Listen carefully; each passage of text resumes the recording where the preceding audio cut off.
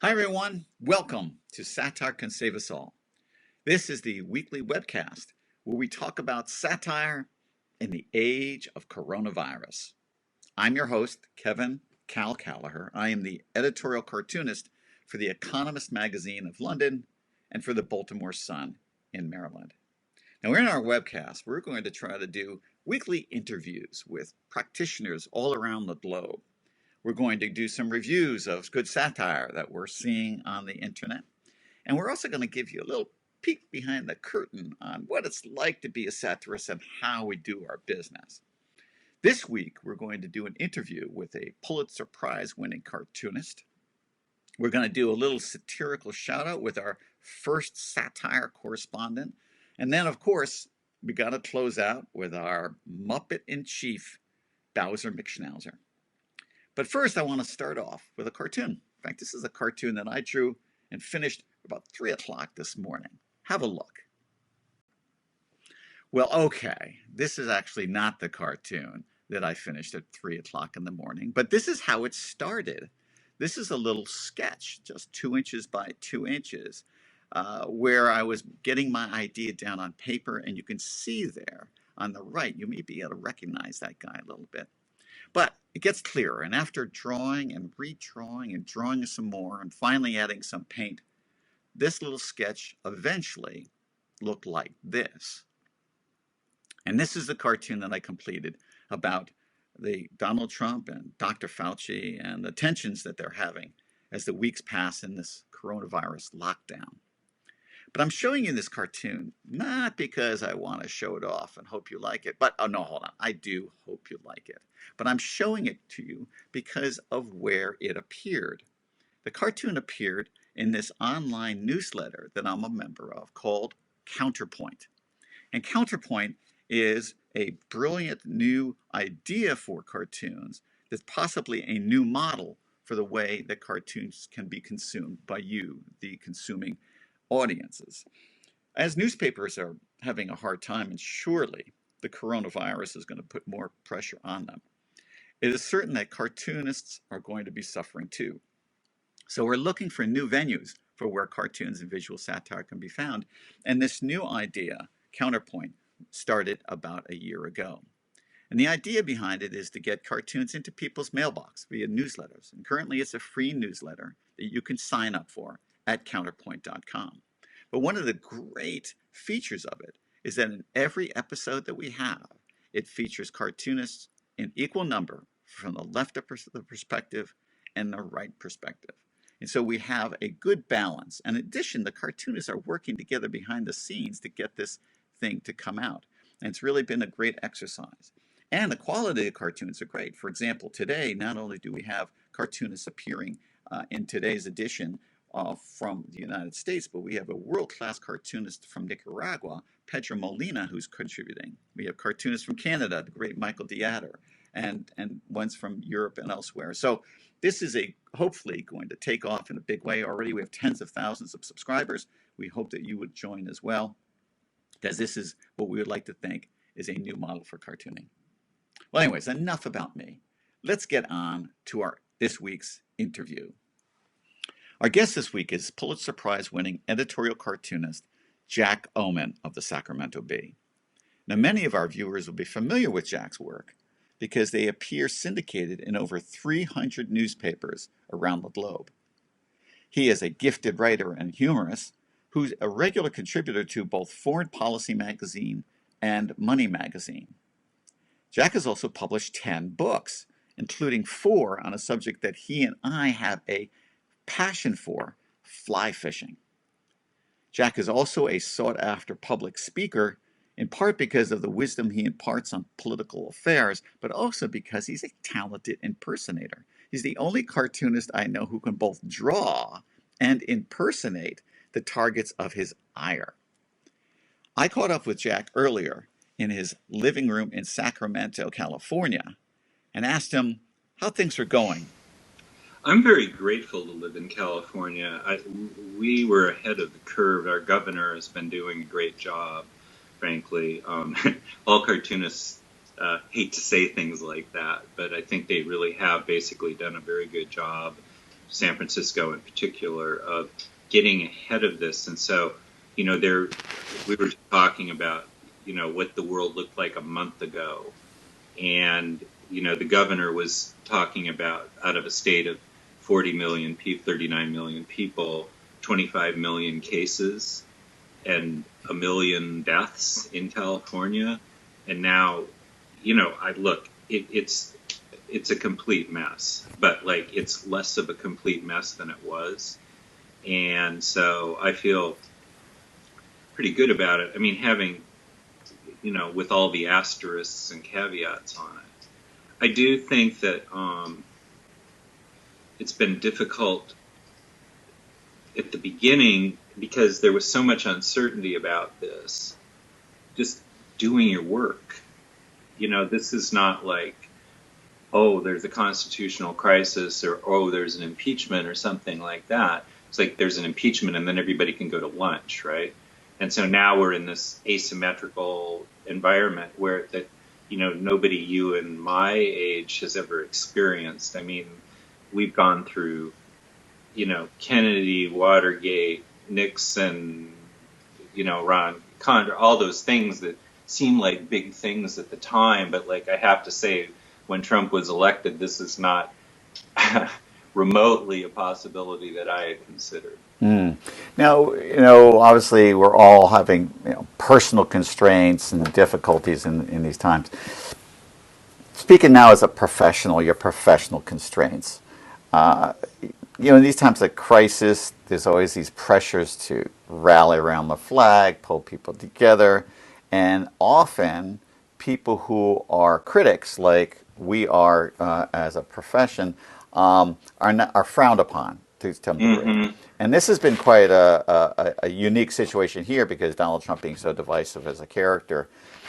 Have you gotten any particular specific pushback that's special to this challenge that we have, or maybe you Yeah, can outline what the challenges that you're seeing in this new environment? absolutely. Since everybody's home, now they get to spend lots of time thinking about how angry they are about something at the Sacramento Bee. And so my contact has gone up dramatically from, what I would call Trumpy writers, and usually, it's kind of the usual stuff. But now it's like dividing the country is a common phrase that I've been hearing, and you need to support the president and so on. Interestingly, they're in two groups.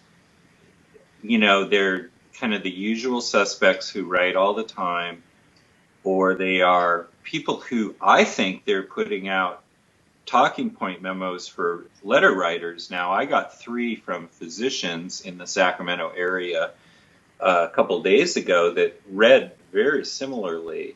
And by the third one, I was kind of picking up on it, and I wrote all 3 of them back. No response.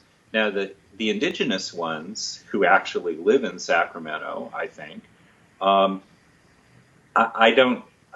I'll say something like, God bless you, thank you for writing, be safe, and I hope your family's well.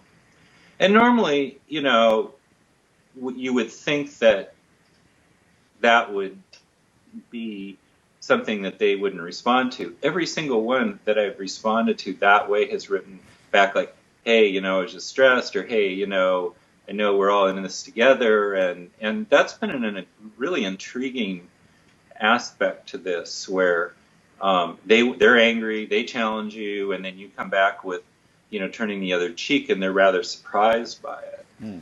So consequently, yeah, I've gotten a hell of a lot more email. I've gotten, but I do want to point out, interestingly, we are putting out this newspaper virtually. I mean, there's nobody in our newsroom. Okay, I mean, there's like 2 people on our side of the building in there, socially distant. We got an IT guy and the building manager, and then the press room is over off to the side. But like this, if this had happened in 1989, we'd be all out of work. There would be no newspaper, right. Or we'd be going in and putting it out and hoping to God that our 95s work if we had them. So these criticism that you're mentioning that people pour on you at these times.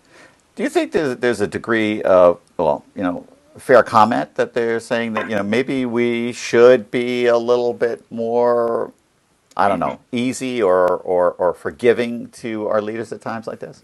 No, well, I remember 9/11, and there was certainly a week or two period where, George Bush went up 3 feet in my caricature, and you don't want to go there. And the difference is because we have to run our tape back to what the world was like on September 10th, 2001, right? Which was like Bush is in over his head. The election was at minimum tainted. And so it was a lot easier for me to kind of rally around the flag at that point than it is now, because I see that this is a completely preventable situation.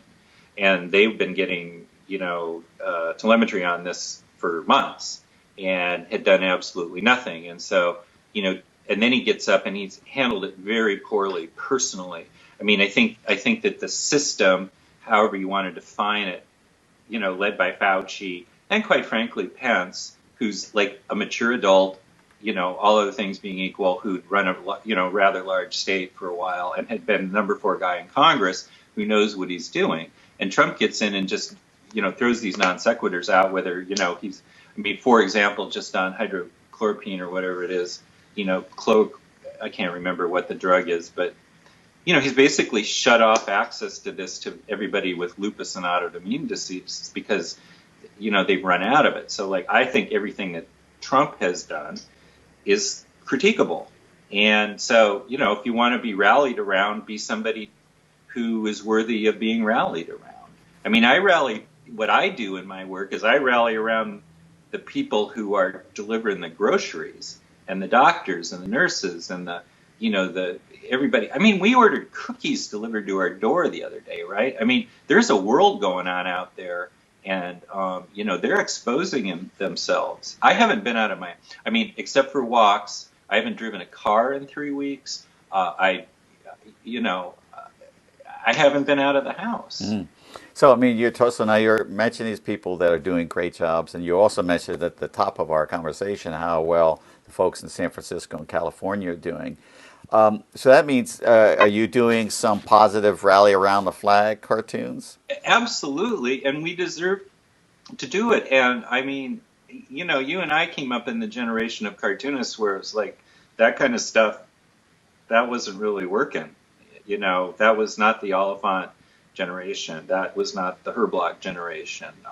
For a lot of for a lot of us. And so I have done you know uh, 3 or 4 cartoons just along the lines of, hey, we're all in this together and thank you and look at these people who are sacrificing. And it was a very easy play for me. I mean, I didn't do any Iwo Jima flag raising or anything, but there are ways to do this, and people are really appreciative of it. And I mean, I mentioned to you earlier, I drew this Sunday cartoon where I put all the workers in a flag, kind of a display, and we're writing it on the front page of the Bee, and for a poster, so that people can show support. On my walk the other day, I saw a woman made a 3 by 5 foot banner hung up on her garage. Thank you, delivery workers and first responders, And remember, during 9/11, same deal. I put the flag up on my house right after 9/11, and so did all my neighbors. And I get it. And I mean, I have that, but I don't have the confidence in the president to effectively communicate that kind of message himself. And so it's up to people like me and you and tens of thousands of other commentators, and everybody else to make sure that we all don't go nuts. And I think that the country has done a God blessed amazing job in this. So Jack, now we're thinking ahead. It's hard for people to think ahead. They're thinking a day ahead. They're thinking a week ahead, maybe into the summer, how things will change. I'm going to ask you to put on some forward-looking goggles about what this might mean for satire as we start to pull out of this. In the cartoon world, the first thing we think of is, well, what does this mean for newspapers and the venues of where our satire has appeared, but also now also that as people are spending much more time engaging in the web in these sort of ways, maybe new opportunities are going to come up for satire. Do you have any thoughts or observations there? Sure. I mean, because I'm old-ish, I remember 9/11, and so I remember that kind of hesitancy. You know, how far can I go? You know, the joke is too soon, right? And you don't know when it's too soon.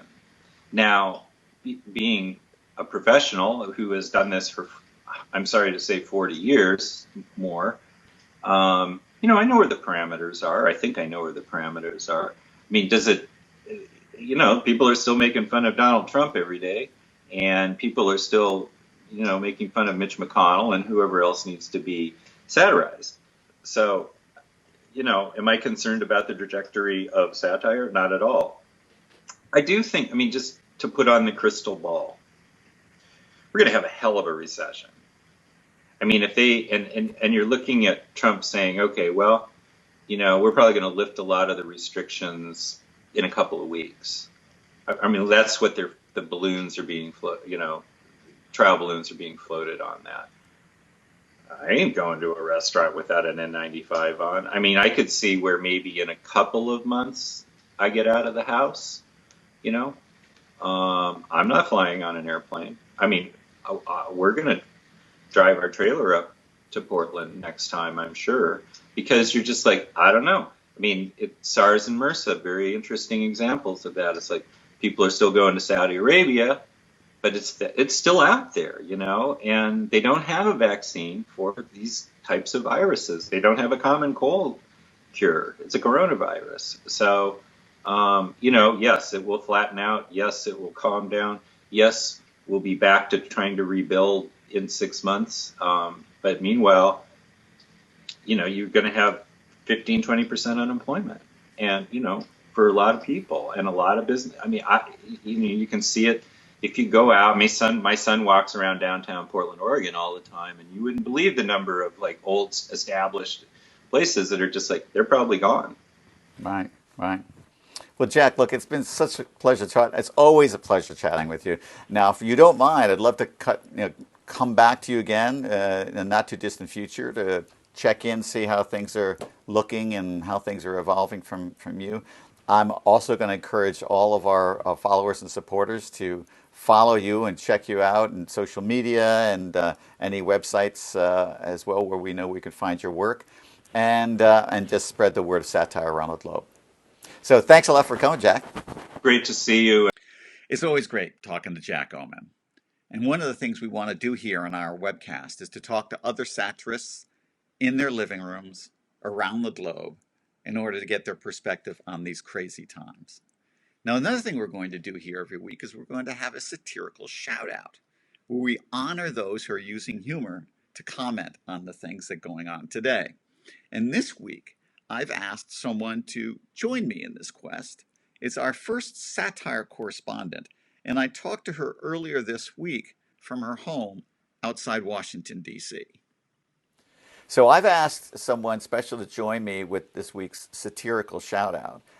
Alexandra Bowman is a sophomore at Georgetown University, who herself is a satirist as well, and I wanted to get her take on things. Alexandra, welcome to Satire Can Save Us All. Well, thank you so much for having me on the show, Cal. And yes, it is true. I have dabbled in the dark arts. I lead a political comedy web series at Georgetown University called The Hilltop Show. And I would like to share one highlight from our recent history with our viewers. Around early February, one of our projects was written about by Breitbart in an article full of vitriol and bias, at the end of which they actually referred to me as the leader of a crack research team. But to be honest, we were more entertained by the whole affair than anything else. I actually did make shirts. Oh, now you got some pushback, though, for the satire you were providing? Yes. So we were called Nazis, as I don't think I've mentioned yet. And that article was shared by, I believe, 39,000 people last time I checked, about a month ago, and commented on by over 11,000 people. And that article was picked up by a whole bunch of other right-wing, far right-wing news publications and commented on by thousands more people. Well, this is the thing when you enter into the world of satire, you're going to get a lot of pushback. Um, in fact, you get very little positive response because we're dealing with humor. It's a kind of a negative art form, and so you're getting a taste of it now. I hope you want to proceed on further, but you have to understand that this is kind of par for the course, and I want to, of course, welcome you to the fold. Thank you. In terms of positive feedback, we have gotten quite a bit of that. I went on this insane adventure to New York that ended like the day before New York was declared under a state of emergency. And I actually got to meet John Oliver and talk with him a little bit about the Breitbart thing. He has endorsed the Hilltop Show, for the record. Oh, that's great. So I asked you to help me out. Share with some folks some of the satire that you're seeing out there, assuming that the kind of things that you'll be seeing on the web would be different than what I might be looking at. And so you sent me some stuff, and let me see if I can call them up here for our audience to see. And we have, first it seems like a collection of photos. Indeed. So we're not supposed to leave our houses, but for anything else other than grocery shopping and basic needs. And some people are leaving their houses to go grocery shopping with particularly entertaining means of protecting themselves from the virus. And it's unclear in most of these examples whether they knew how hilarious they were being or not. But yeah. And we have even somebody who's wearing an orange. We do. I don't know how he breathes, but at least the air he's breathing smells good. And the cyclist, that was a particularly interesting one, isn't it? Indeed. Yeah. And then you have the full body outfits. Yeah, well, with all of these comic conventions getting canceled, you can't let that $600 BoJack Horseman costume go to waste, now can you? No. Well, what I love about this sort of thing is that, in these kind of crazy, trying times, people are finding creative and often humorous ways to be able to find their way through it. No kidding. Particularly this cat owner who sent her pet a HR complaint. I'd like to read 2 paragraphs from this that I found particularly entertaining. You have been a great contributor to workplace morale and have been meeting your quota with regards to cuteness and chasing hair ties. However, your continual insistence on attempting to, or succeeding in, shutting off the power strip and computer in the middle of work hours, insistence on stepping on the keyboard during critical company events, and general mayhem have resulted in significant loss of productivity.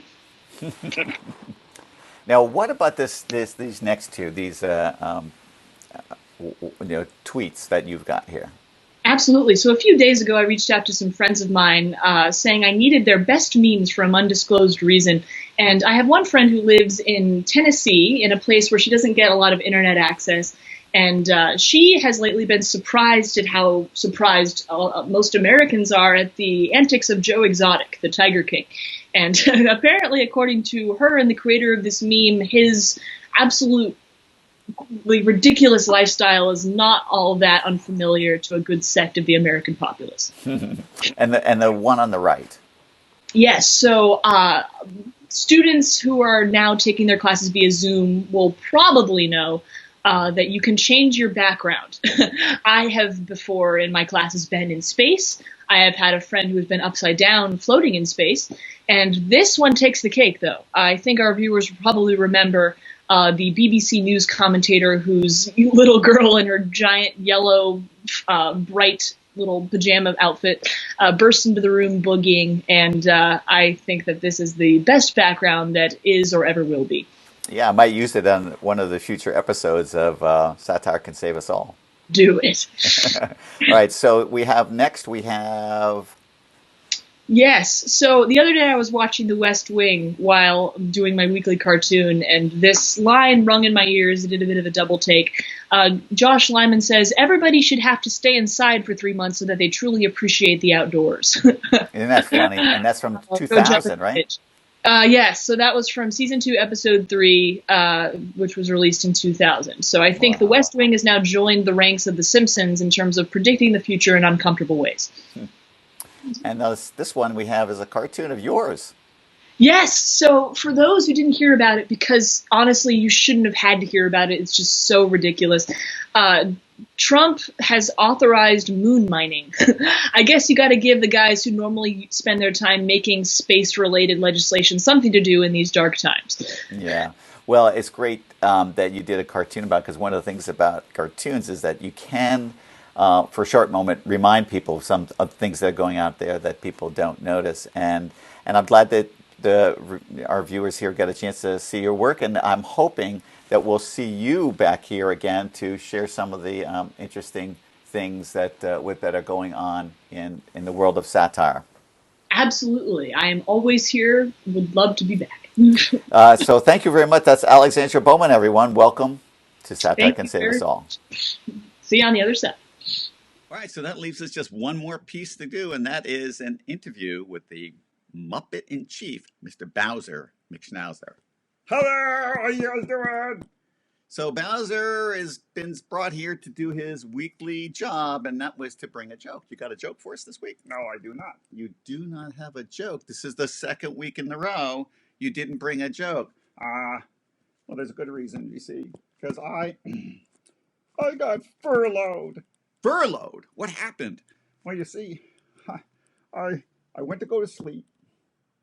I lied down on the ground, and my fur got really low. Ah! oh, oh, oh, no, no, no, no. Don't tell me that was your joke. Oh, yeah, that was my joke. So you did bring a joke, but you brought a bad joke. I thought it was really good. Well, I hope next week you do have a better one. And I also hope that next week you guys come back at 3 o'clock on Tuesday for another episode of Satire Can Save Us All. More interviews, more satirical shouts outs, and some better jokes from Bowser. But in the meantime, please stay safe and sane. And remember, satire can save us all. Take care. See you next time. Say bye, Bowser. Bye, Bowser.